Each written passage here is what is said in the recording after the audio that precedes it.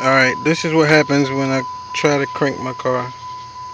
I replace the shift interlock latch already with the silver one.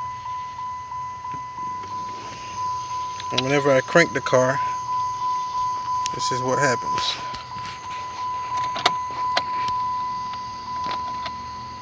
Nothing. Dude.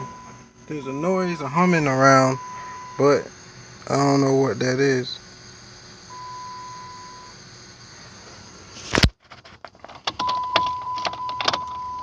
When the lights on the car are turned on, it just hums. But when it's turned off, the car,